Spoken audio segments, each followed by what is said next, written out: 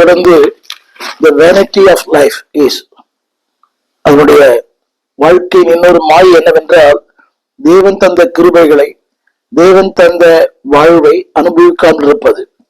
இன்றைக்கு அநேகர் தேவன் தந்த கிருபைகளை, தேவன் தந்த வரங்களை, தேவன் தந்த வாழ்க்கையை அனுபவிக்காமல் அதை வீணாக்குகிற மக்கள் நிறைய பேரை பார்க்கிறோம். ஊழியத்திலும் கூட தேவன் வரங்களை கொடுத்திருக்கிறார், வல்லமை கொடுத்திருக்கிறார், வாழ்வை கொடுத்திருக்கிறார். ஆனால் தேவன் தந்த வரங்களையும் வல்லமையும் வாழ்வையும் இழந்து இன்றைக்கு பரிதாபத்து நிலை கொண்டிருக்கிறவர்கள் ஏராளம். இந்த தற்கொலைக்கு போகிற மக்களை பாருங்களேன். அது தேவ நோக்கம் அல்ல, அது தேவ சித்தம் அல்ல. உங்களை வாழ வைக்கத்தான் பூமியில ஆண்டவர் பிறந்தார். உங்களை அதாவது நிலைநிறுத்தத்தான் ஆண்டவர் பிறந்தார். ஆண்டவர்களை படைத்த நோக்கமே நீங்கள் அவரில் மகிழ, உங்கள் வாழ்க்கையை ஆண்டவருக்குள் மகிழ்ச்சியாய் உங்கள் வாழ்க்கையை கழிக்க.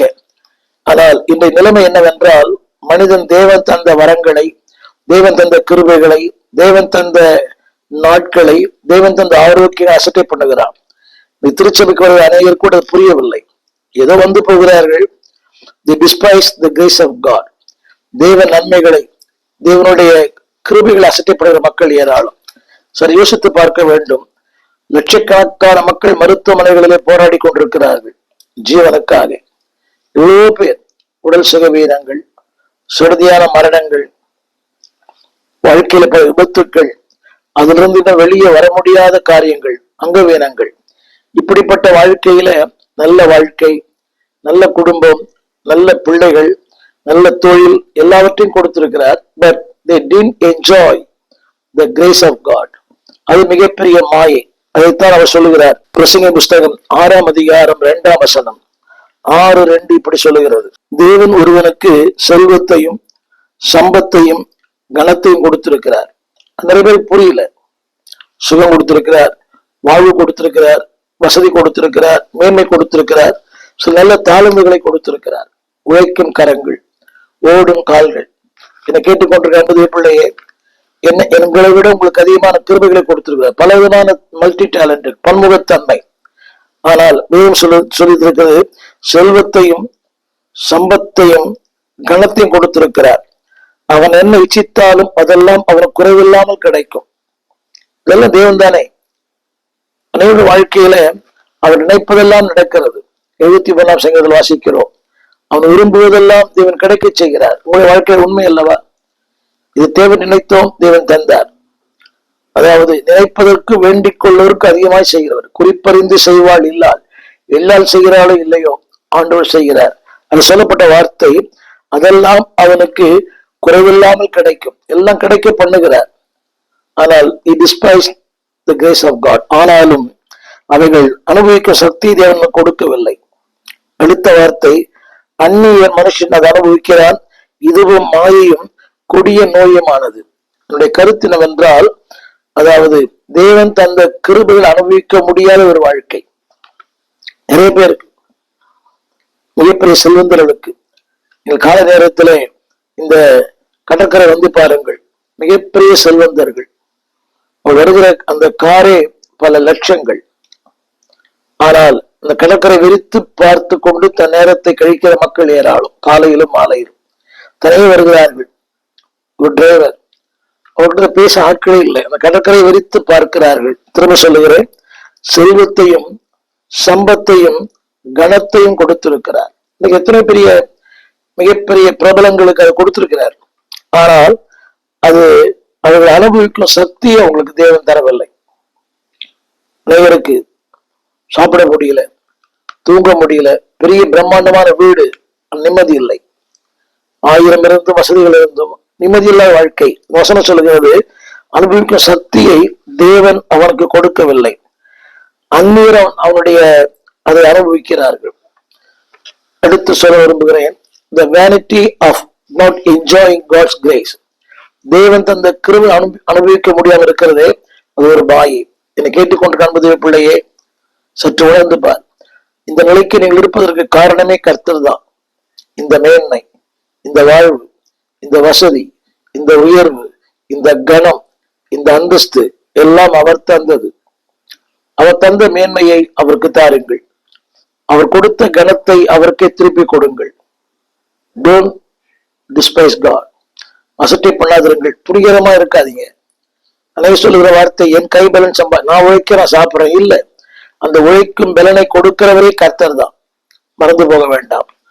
அடுத்து வாழ்க்கையின் இன்னொரு மாயை என்னவென்றால் the vanity of desire, wandering desire. அதாவது அவருடைய வாழ்க்கை அலைந்து திரிகிற ஒரு வாழ்க்கை.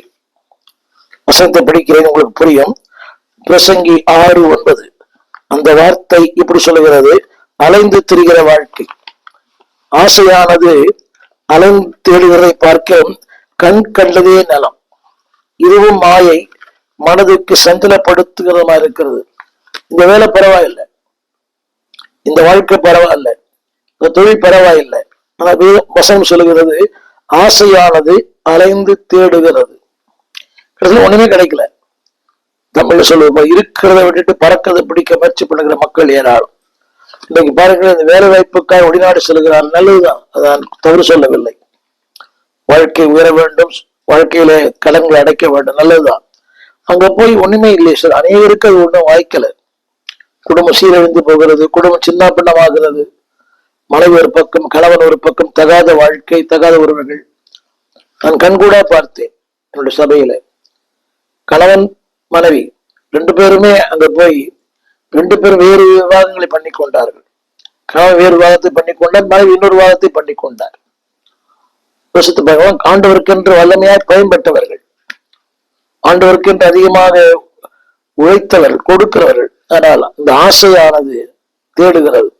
அங்கே இன்னொரு வாழ்க்கை, அவருக்கு இன்னொரு வாழ்க்கை, இவர்களுக்கு இன்னொரு வாழ்க்கை. என்னை கேட்டுக்கொண்டு கண்பானதே பிள்ளையே, அது மாயை, மனதுக்கு சஞ்சலம். என்ன இருந்தாலும் இரவுல தூக்கம் வராது. விழுந்த 2 பிள்ளைகள், திருமண வயதுல ஒரு மகள் இருக்கிறார், திருமண வயதுல மகன் இருக்கிறார். அது இன்றைக்கு இன்பமா இருக்கலாம், வசதியா இருக்கலாம், வாழ்க்கையா பெரிய உயர்வுல இருக்கலாம், 4 பேர் மதிக்கிற அளவுக்கு ஆதாயத்துல பறந்து போகலாம். அவள் அடிக்கடி பறந்து போய் கொண்டிருக்கிறார்கள். ஆனால் முடிவு என்னவென்றால் மாயையும் மாயையும் மனதை சஞ்சலப்படுத்தும். என்ன இருந்தாலும் தேவாலயத்துக்கு போய் வருவோமே, துதிப்போமே, பாடுவோமே, கர்த்தரை ஆராதிப்போமே, ஆலயத்துல முன் வரிசையிலிருந்து வசனத்தை கேட்டோமே, ஆண்டவரை துதித்து பாடினோமே, வசதிகள் வந்து விட்டது. ஆனால் மாயும் கூட வந்து விட்டது. அதுல சொல்லப்பட்ட வார்த்தை, மாயையும் மனதுக்கு சஞ்சலமா இருக்கிறது. அன்னைக்கு அனைவரும் எல்லாம் இருக்கிறது. அந்த ஆலயத்தினுடைய அந்த ஏழ்மையில் இருந்த போது அந்த பக்தி, ஏழ்மையில் இருந்த போது அந்த நெருக்கம், ஏழ்மையில் இருந்த போது அந்த ஆண்டவருடன் அந்த உறவு இன்னைக்கு இல்லை. எத்தனை பேர் துக்கமான ஒரு வாழ்க்கை.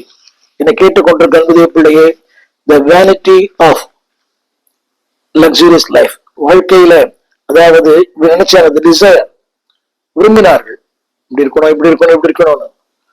தேவன் தயவாத விருப்பத்தை தருகிறார்.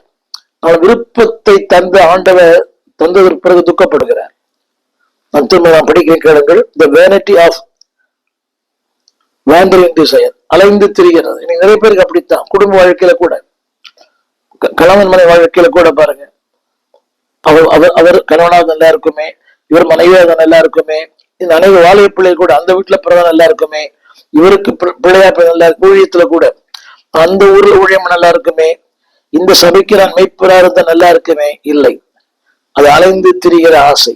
என்னுடைய கருப்பொருள் என்னவென்றால், முடிவிலே மனதை சஞ்சலப்படுத்தும்.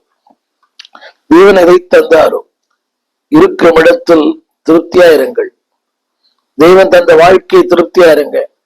தெய்வன் தந்த அந்த வீட்டுல திருப்தியா இருங்க. எல்லாருக்கும் இது என்ன வீடு, அந்த வீடு அவர் நல்லா இருக்குது, இந்த வீடு நல்லா இருக்குது, உங்க வீடு எப்படி இருக்குது. பிள்ளைகள் யோசித்து பாருங்கள், அதற்கும் உனக்கும் கீழே உள்ளவர் கோடி.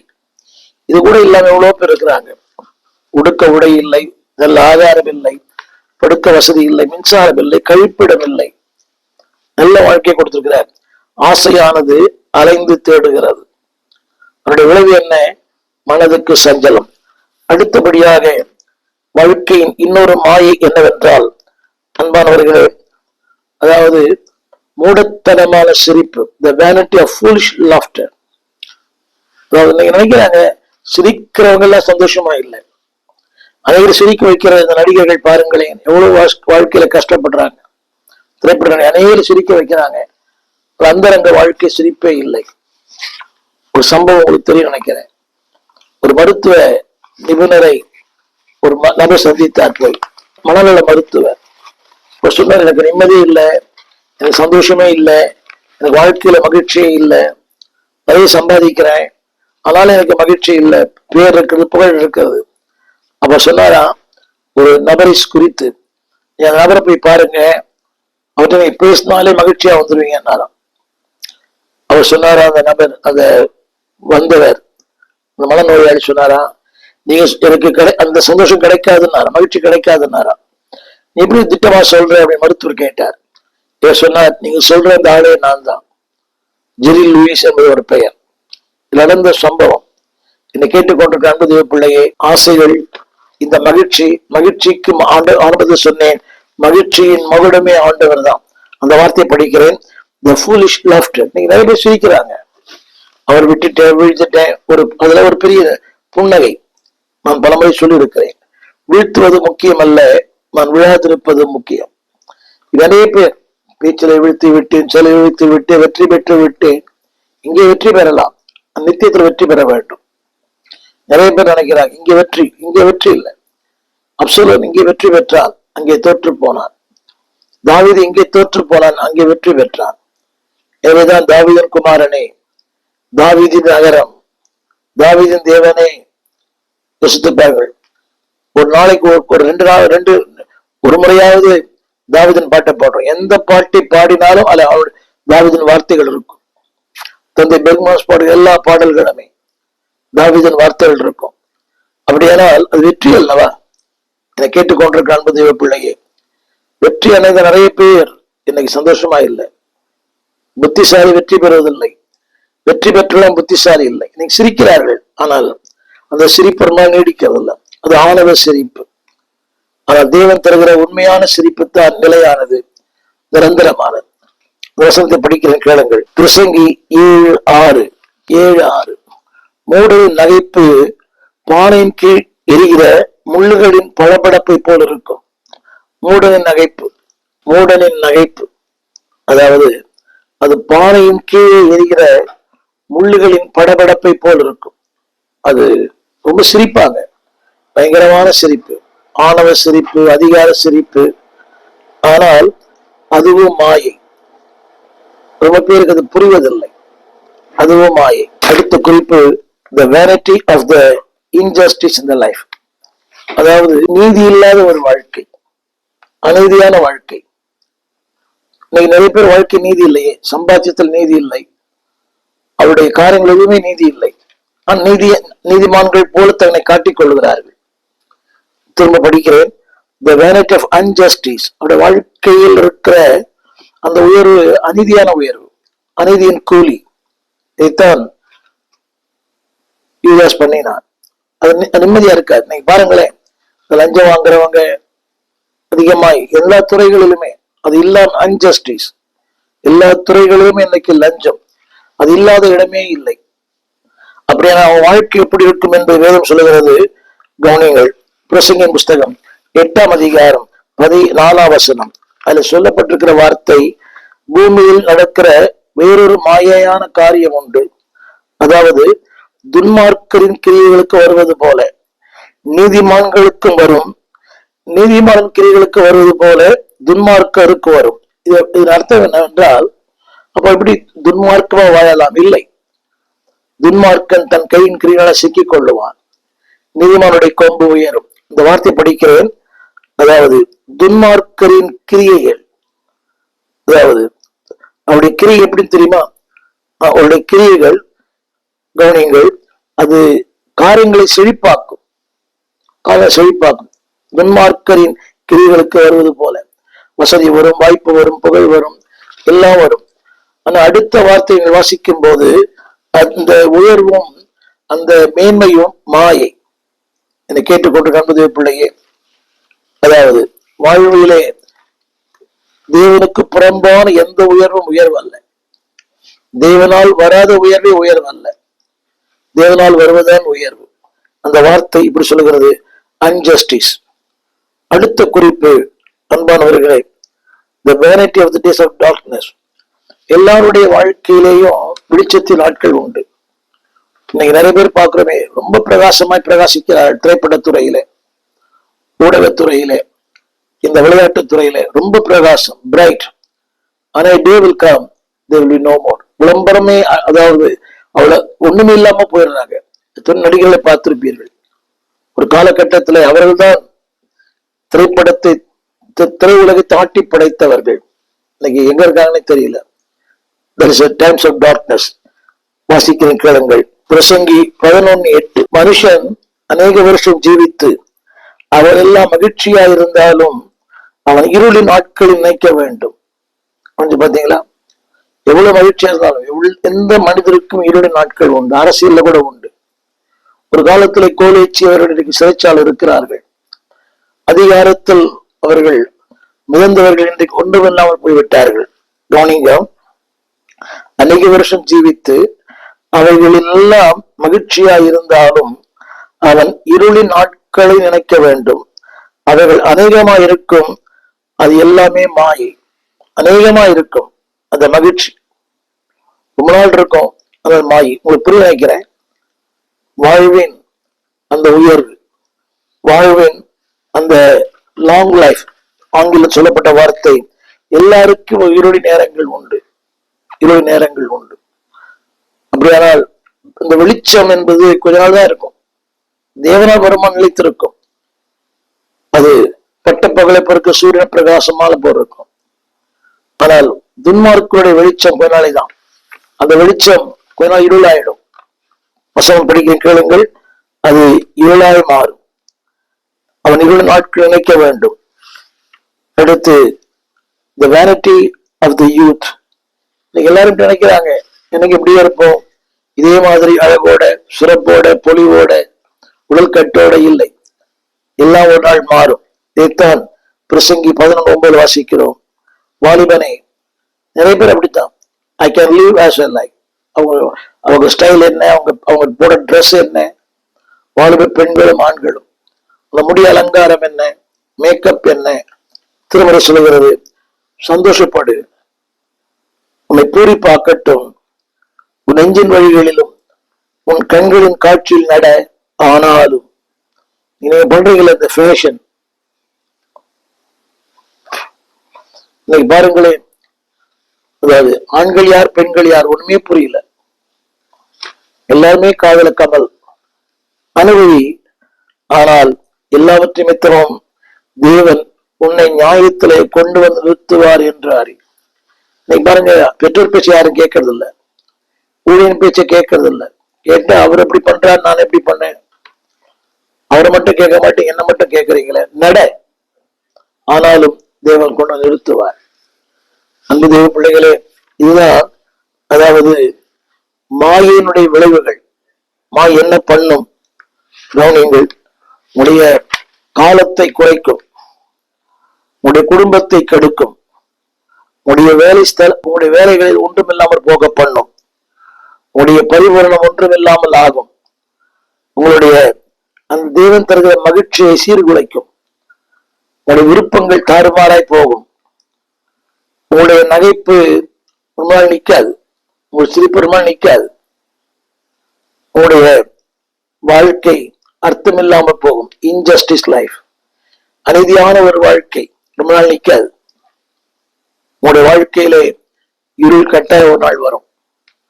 மாத்திரமல்ல அன்பானவர்களே, ஒரு நாள் தேவன் உங்களை நியாயத்திலே கொண்டு நிறுத்துவார்.